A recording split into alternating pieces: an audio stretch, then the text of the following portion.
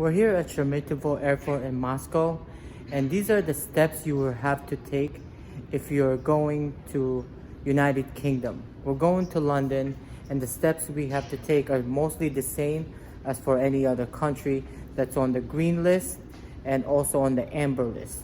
For you to be able to retain entry to the United Kingdom, one, you will need to take a PCR test within 3 days before your arrival.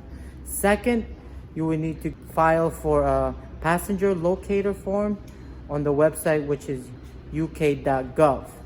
And third, you're gonna have to get a 2-day test kit on the website, which I'll put on the link below. Now, there's two choices of getting your 2-day test kit and 8-day.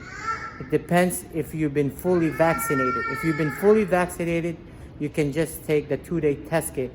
One other way is they can deliver it to your address that you're staying in the UK, or you can go to a test facility. Now with the test facility, it can be far from where you are, so you need to kind of Google map it where your address is and where the available test locations are. So that you would need to do that. So those are the requirements you need to do. And once you get your test kit, they give you a reference number, which then you would use to be able to get your passenger locator form.